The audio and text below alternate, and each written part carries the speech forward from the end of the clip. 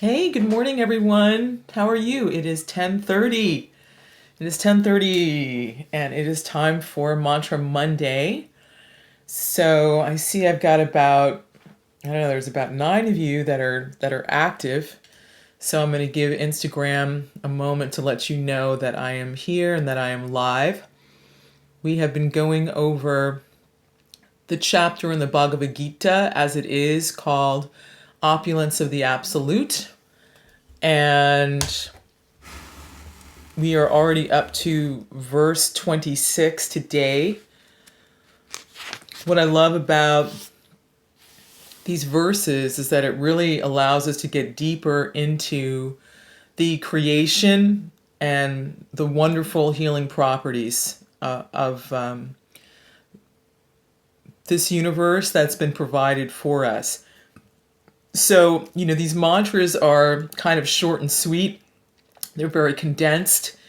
If we were, like native East Indians, we would know what a lot of these things are that are being mentioned here because they would be part of our culture and baked into our culture. But as Westerners that are running, towards the absolute truth, that are trying to understand, these things in context, that's why I like to do a little research and go in and break down what these different representatives actually do and who they are, practically and also symbolically.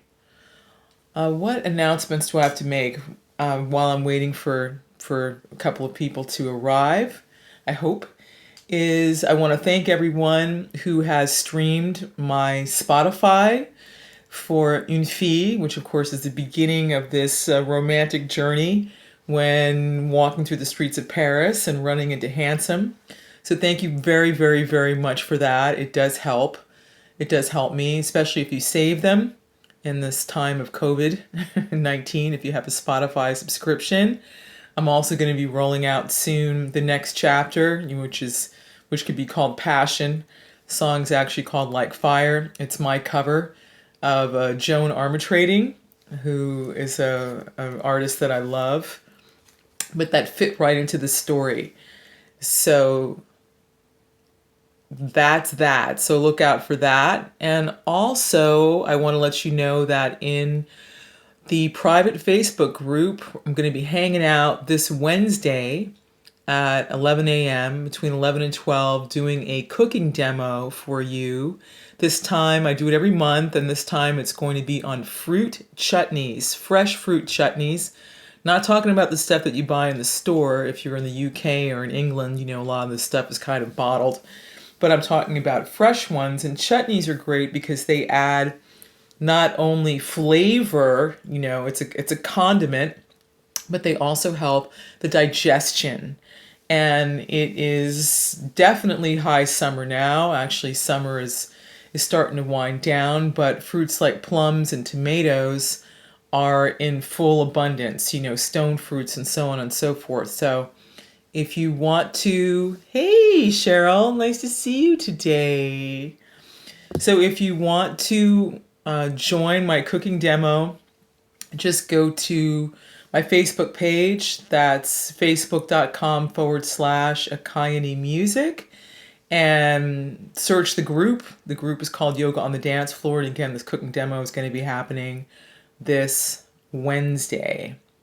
Also, the other thing is that I'm going to be offering, hey, you're beautiful. What a week, huh? What a weekend. What a weekend for Lebanon. What a disaster. What a disaster. When I lived in Paris, and a lot of my story takes place around the Café de l'Industrie, which is in the 11th arrondissement. And right next door to that cafe was Doctors Without Borders, Médecins Sans Frontières. And that's where I met them because they used to come into the Café de l'Industrie like every day for lunch, right? It was convenient. All they had to do was walk over, and then have a very short commute to get back to their life-saving work. And I will never forget, their smiles and how how open and loving and beautiful those people were. There were a group of male doctors that used to come in, and there's one man's face in particular that I remember. I wish I could remember his name, but he was just fabulous. So I just gave. I'm an artist, don't have a lot of money, but I gave what I could to Doctors Without Borders, because they are, I think they are very heart-centered, and they really put their lives at risk, putting their boots on the ground and going to a lot of places that a lot of outfits won't even go to. So I encourage you, if you can, to donate what you can, even if it's $10 or $5. Everyone's kind of hurting in the world, but what's happened there with 85% of their food supply destroyed by that bomb. They are dealing with the pandemic, and they were already struggling with extreme poverty for years. As I understand it, 50% of the population was in survival mode, trying to find food to eat every day. It's crazy. It's an absolutely beautiful country that sits on the Mediterranean, and help if you can. So that's that. I'm going to take a little bite of my oatmeal. And then I'm going to get started.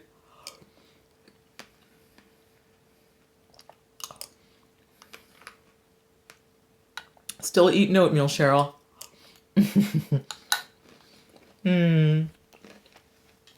Also,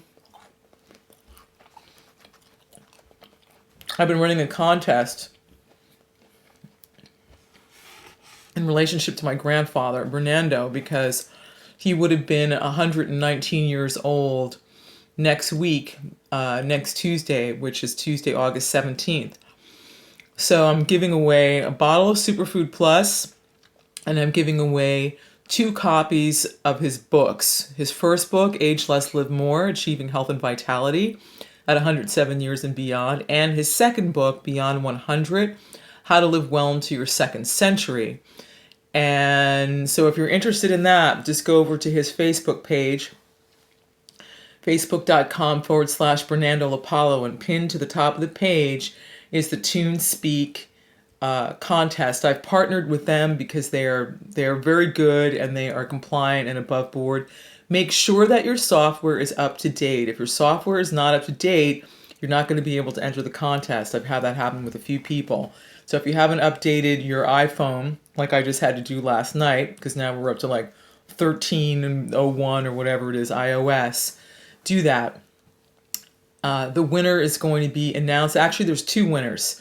There's going to be the first prize, which is what I just mentioned, and then the second prize is going to be a live chat or a conversation with me for 25 minutes for people to ask, an individual to ask whatever questions they want about, Bernardo's lifestyle, or, how it relates to them, and so on and so forth. So those are today's announcements. So let's get to it. All right. As I said, I'm going to be reading Bhagavad Gita. This is chapter 26. Here we go with the Sanskrit. Aśvatthaḥ sarva-vṛkṣāṇāṁ devarṣīṇāṁ ca Nārada Gandharvāṇāṁ citrarathaḥ siddhānāṁ kapilo Muni. Aśvatthaḥ sarva-vṛkṣāṇāṁ devarṣīṇāṁ ca Nārada Gandharvāṇāṁ citraratha siddhānāṁ kapilo Muni. All right, so now I'm going to give you the word-for-word translation. Aśvatthaḥ, the banyan tree. Sarva-vṛkṣāṇāṁ, of all trees. Deva-ṛṣīṇām, of all the sages amongst the demigods. Cha, and. Nāradaḥ, Nārada. Gandharvāṇām, of the citizens of the Gandharva planet. Citraratha, Citraratha. Siddhānāṁ, Siddhānāṁ, of those who are perfected. Kapila Muni, Kapila Muni. Hey, good morning, Bodywork by John. Nice to have you on here. So thank you for all the hearts. Okay, so now I'm going to read the purport by A.C. Bhaktivedanta Swami. The banyan tree, aśvatthaḥ, is one of the highest and most beautiful trees, and people in India often worship it as one of their daily morning rituals. Amongst the demigods, they also worship Nārada, who is considered the greatest devotee in the universe. Thus, he is the representation of Krishna as a devotee. The Gandharva planet is filled with entities who sing beautifully, and among them the best singer is Citraratha. Among the perfect living entities, Kapila, the son of Devahuti, is a representative of Krishna. He is considered an incarnation of Krishna, and his philosophy is mentioned in the Srimad Bhagavatam. Later on, another Kapila became famous, but his philosophy was atheistic. Thus, there is a gulf of difference between them. Yes, certainly there's a big gulf of a difference between, atheistic philosophy and God-centered philosophy. Atheistic philosophy tends to be impersonal, that ultimately life has no meaning and we're just a bunch of chemicals, and when we die, and that is that. The theistic philosophy is centered on we are important, we do have a relationship with something greater than ourselves. Life does not end with this particular body. The particular body that we are inhabiting at the moment is temporary, it is temporal, and it is no more or less important than any other living entity that is inhabiting a particular body. And so therefore that establishes a relationship from the get-go, or at least the seed of a relationship of respect from the get-go, because of the creation and of course everything that has been brought forth and birthed into the creation. So there's that.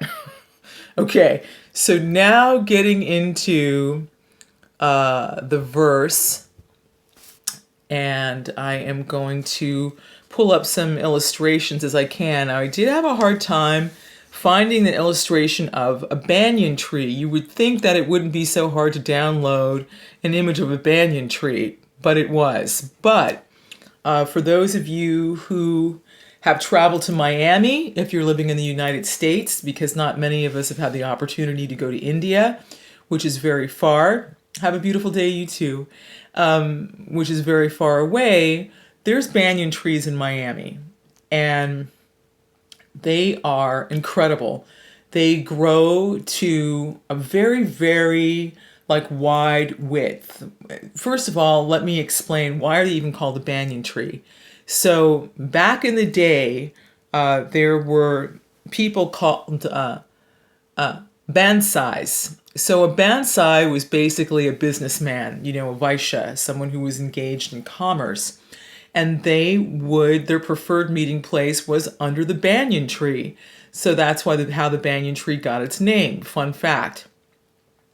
Banyan trees you will find are planted in India near temples, near public gathering places and structures like that, because they grow to such heights and such width. They are able to provide an enormous amount of shade, because India gets hella hot, like Arizona, 100, 110, 120 degrees on average. But banyan trees, as it turns out, are very, very medicinal.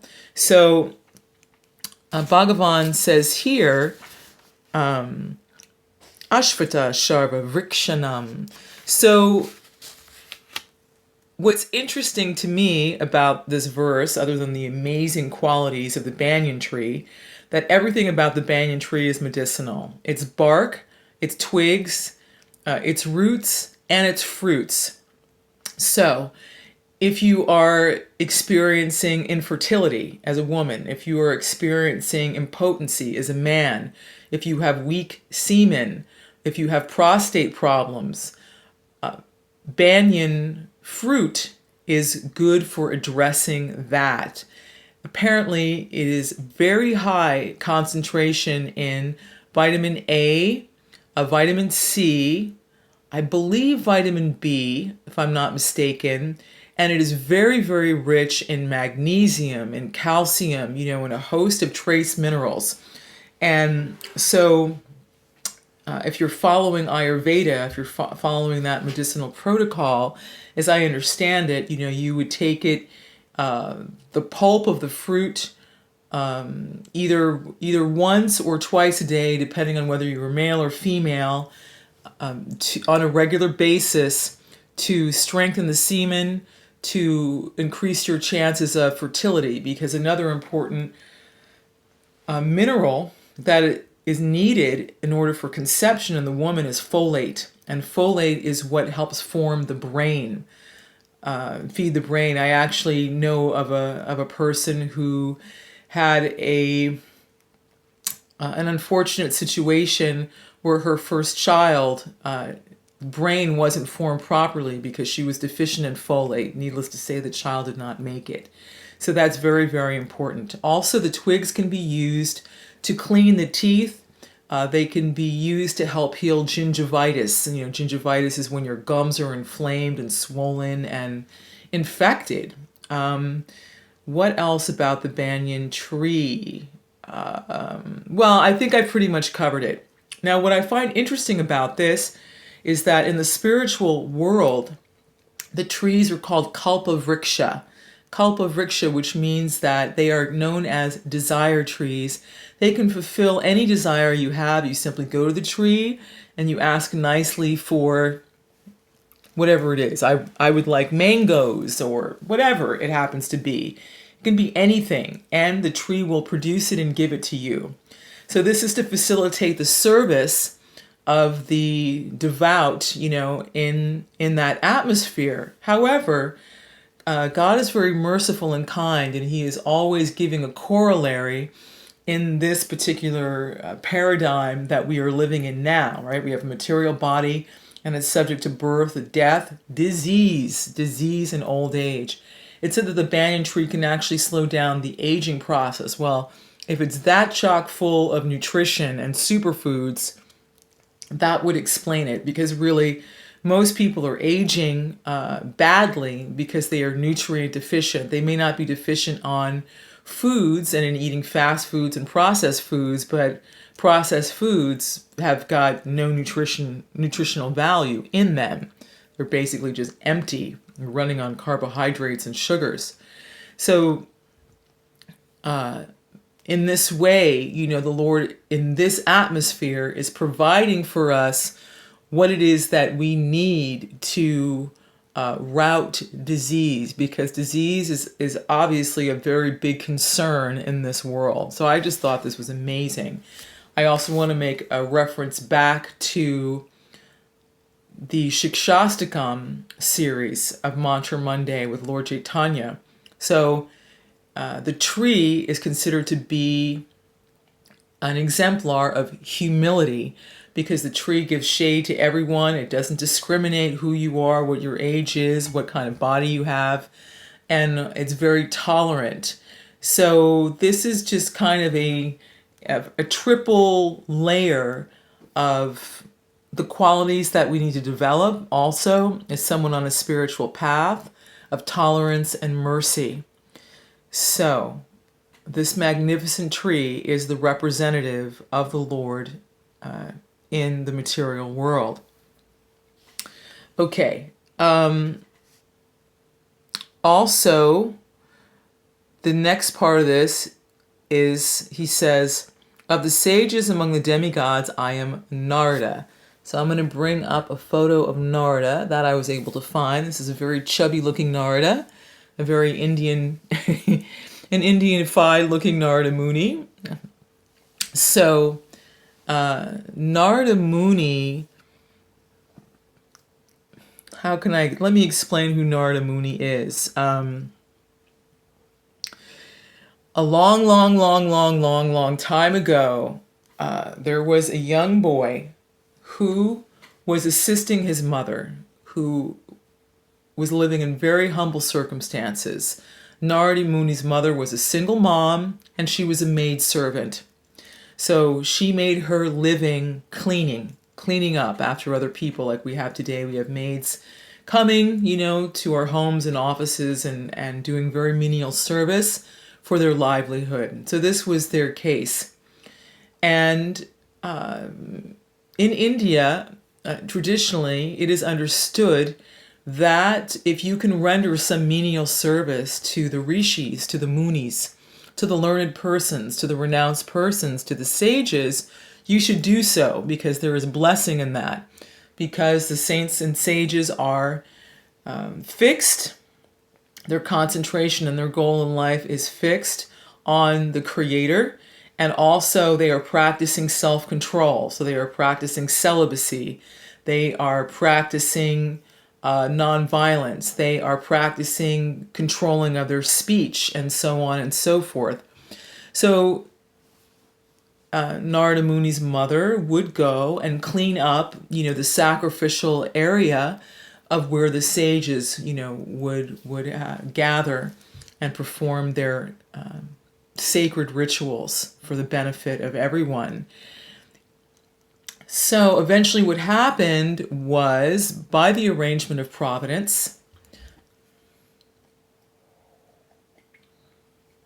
Nārada Muni was orphaned when his mother was stung by a venomous snake, and I think she died almost instantaneously. So now you have a 5-year-old child who is orphaned. There's no foster care system.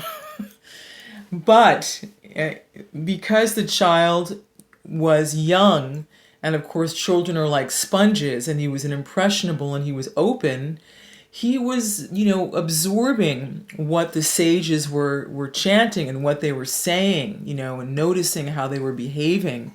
And he was also assisting his mother. So he could understand, he was directed to actually begin his process of self-realization and meditation at that very young age, at the age of 5. And there is a description in the Srimad Bhagavatam of Nārada, traveling through many places to find a secluded place in which to conduct his meditation. That was the standard method at this time. And in due course of time, he left his body. But when he left his body, it seems to me that Krishna has a particular soft spot in his heart for children. Getting emotional here. So when Nārada Muni left his body, he was liberated. He was immediately liberated because he became self-realized during this process, and he was awarded this spiritual body with this spiritual potency to be able to travel wherever he wanted throughout the 3 worlds, throughout the universe. And you'll notice that Nārada Muni is carrying a musical instrument. So he is constantly singing hymns and praises of the Creator. So that's the story behind Nārada Muni, who is also a very merciful and very compassionate devotee. He always seems to appear when the shizzle is really hitting the fan, and when someone is really, tanking, about to tank spiritually. So just to give you one example, there was a hunter named Mrigarī who lived in the forest. Mrigarī was a sadist. So it wasn't enough for him to just kill an animal, the rabbit or the squirrel or the deer or what have you not, for his livelihood. He would kill many with poisoned arrows, and he would leave them to die in a slow and agonizing death. And he actually got enjoyment out of doing this. So, sound familiar? So, Nārada Muni, caught wind of this, and he thought, oh, no, this person is going on a very, very slippery slope here. So he stepped in and he approached Mrigarī and said, my dear Mrigarī, what are you doing? Or what is it that you think that you are doing? You are killing all these animals, this is very sinful. So Mrigarī replied, well, I'm hunting. This is my livelihood, and this is what I learned from my father. So Narada Muni, being very gentle, and I'm sure, of course, it was pretty astounding to see someone appear out of nowhere, from the sky, self-effulgent and dressed in saffron robes, carrying a musical instrument. Narada Muni said, well, you should know that the activity that you are engaged in is going to reap you some very bad karma. You're going to have to suffer. For as many times as you have created suffering, you are going to have to suffer. And not only that, for as many hairs there are on each of these creatures' bodies, that's how many lifetimes, that you're going to have to suffer. In other words, there's a very special hell for people that torture and kill animals in this way. So I advise you to stop doing this immediately and begin the life of a mendicant to atone for what you have done. So, McGrory considered it, but he said, but how shall I eat? How will I survive? How am I going to live? And Narada Muni said, don't you worry. Everything will be taken care of. People will bring you food. You will not lack for anything. So on faith, McGrory followed the instructions, gave up his violent ways, put on a loincloth, had a little water pot, had his little japa mala. We talked about japa and the importance of chanting individually last week, and did that. And what happened was the people in the village nearby, because people gossip, and of course I'm sure Narada Muni's presence made quite an impression, they caught wind of the fact of his change, and they were astounded. And they were also moved to bring McGrory foodstuffs, fruits, vegetables, flowers, water, whatever he needed to survive. Because the understanding is that when you have a saintly person, when you have a sage endeavoring on the path of self-realization, they are not only blessing themselves, they are blessing everyone and everything within their environs. So it is customary in India to bring alms to the holy person, because by extension, by doing that, then you will also receive blessing and be able to advance in your spiritual life. So that is why Narada Muni is considered to be the sage among demigods. Interesting, he was serving the sages. He got the body of a sage, right? He was very, very learned, a spiritual body in that way. And so you see just these beautiful parallels here. It's so wonderful. Okay. Yes, amongst the demigods, they also worship Nārada. So there you have it. He's always present. Yeah, he's always present at any major thing going on in the universe, and all sorts of things. He's quite a personality. Okay, so now I'm going to talk about the Gandharva. Of the Gandharvas, I am Citraratha. So I wasn't able to bring up a picture of a Gandharva, try as I might. But a Gandharva is a resident of the upper planetary systems. I mentioned before that this is a multiverse, and there are many different, there's a lot of activity going on here. And the Gandharvas are actually expert at singing. They are expert at dancing, and they are also expert at warfare, interestingly enough. Their companions, their wives, tend to be the apsaras. Now, apsaras are the heavenly maidens. Often they are associated with water.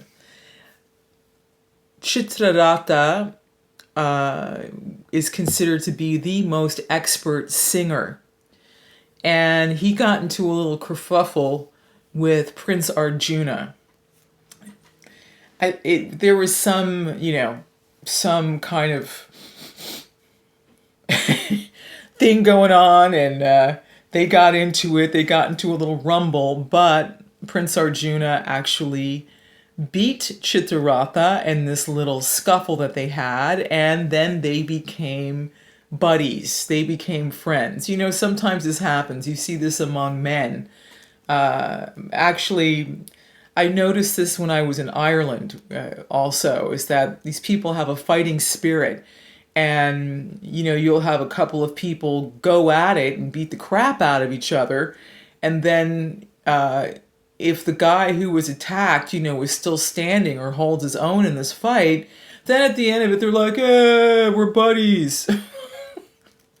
So that's a crude example, but it's something like that. So Citraratha then, of course, gifted Prince Arjuna with some very special weaponry and paraphernalia, and they became buddies.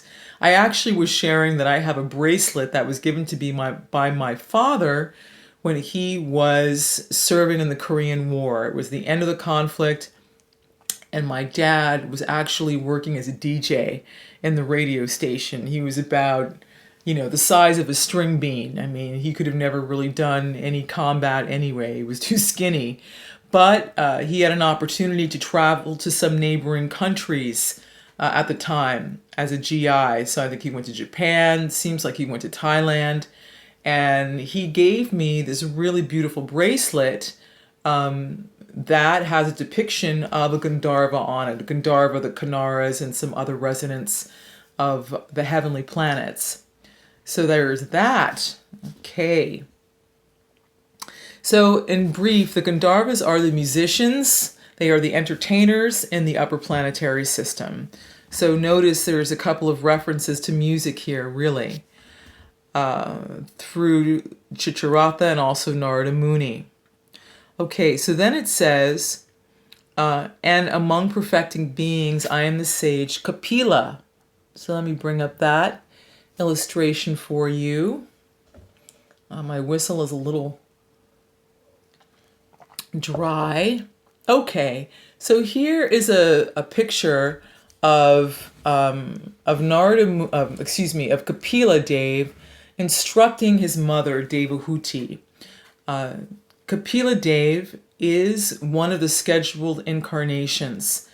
If you go through the Srimad Bhagavatam, Kapila Dev appears there, and he makes his appearance as the son of the sage Kapila Muni and Devahuti. Devahuti was a very, very qualified, beautiful princess.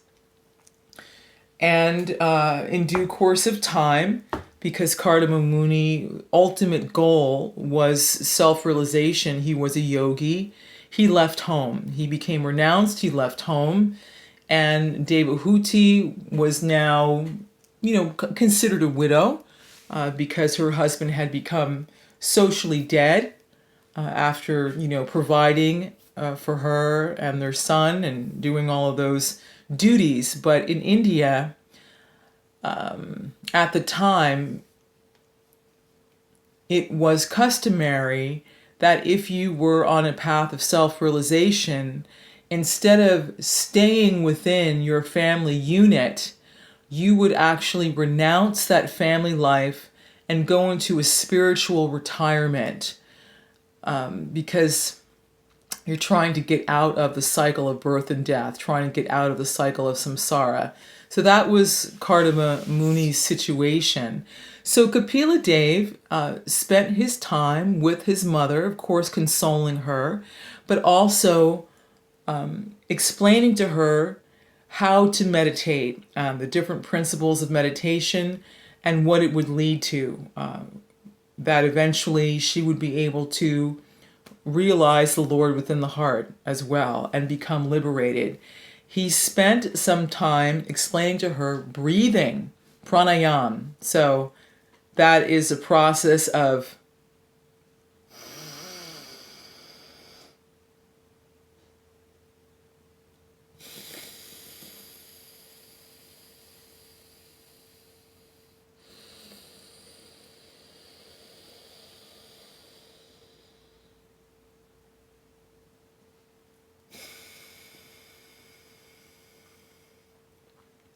You breathe in a systematic way, and that helps calm the mind, because it's very, very difficult to focus on anything higher if your mind is jumping all over the place. So this was the technique that Kapila Dev was using to instruct his dear mother, Devahuti.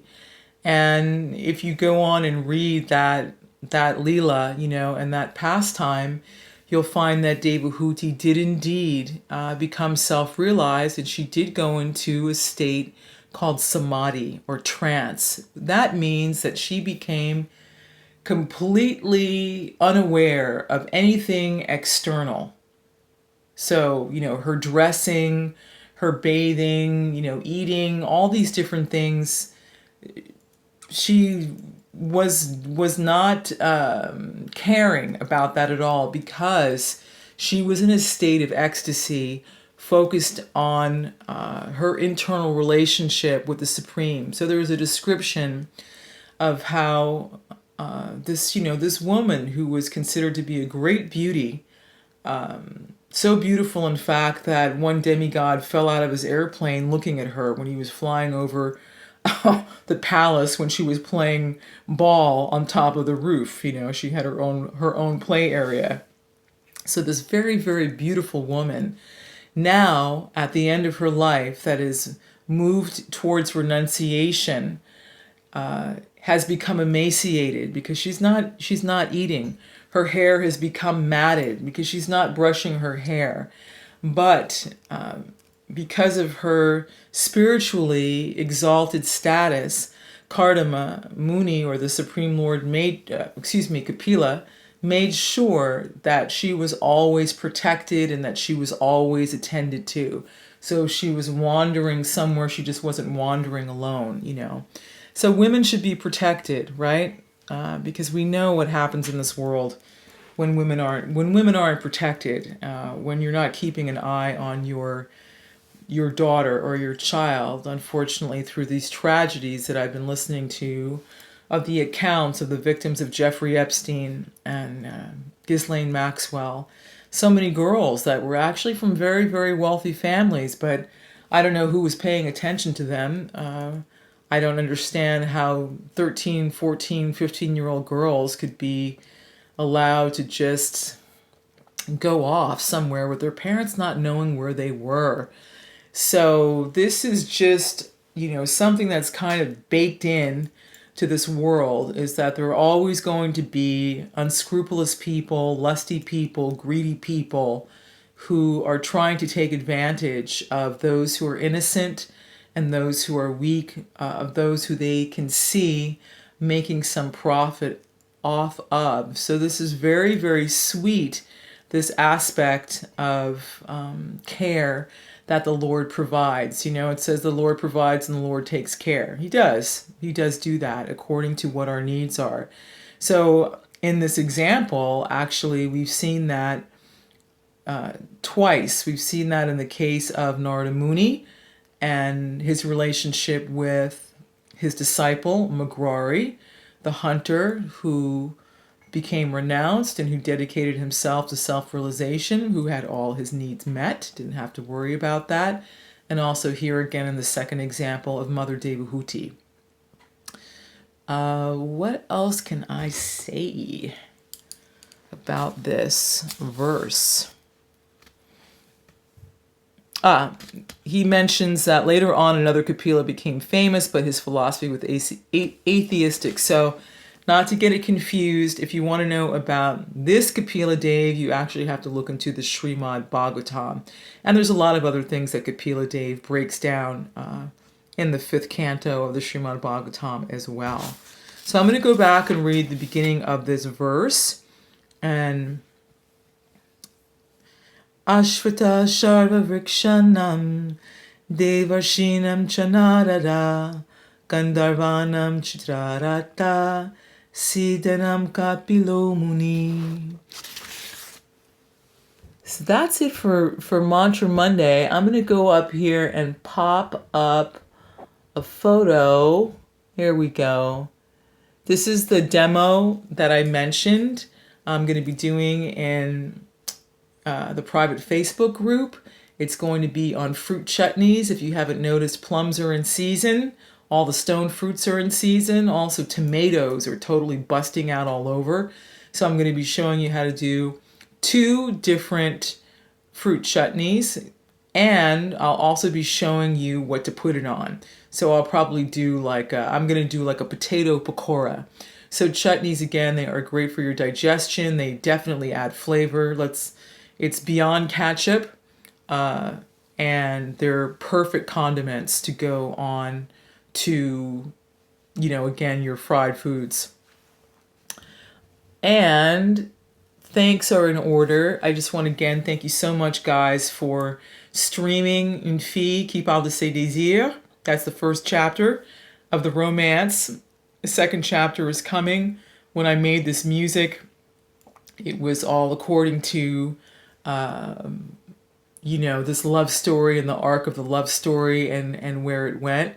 So Like Fire is coming up next. So look out for that.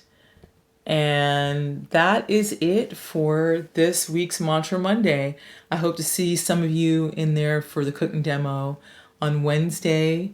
Please be well. Please be safe.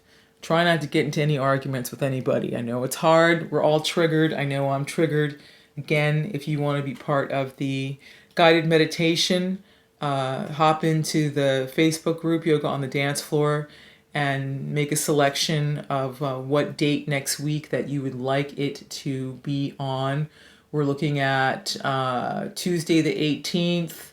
We're looking at, I think, Wednesday the 19th, Friday the 21st, or Saturday the 22nd, depending on which day the majority wants. So all be at 11 a.m. Okay, bye-bye now.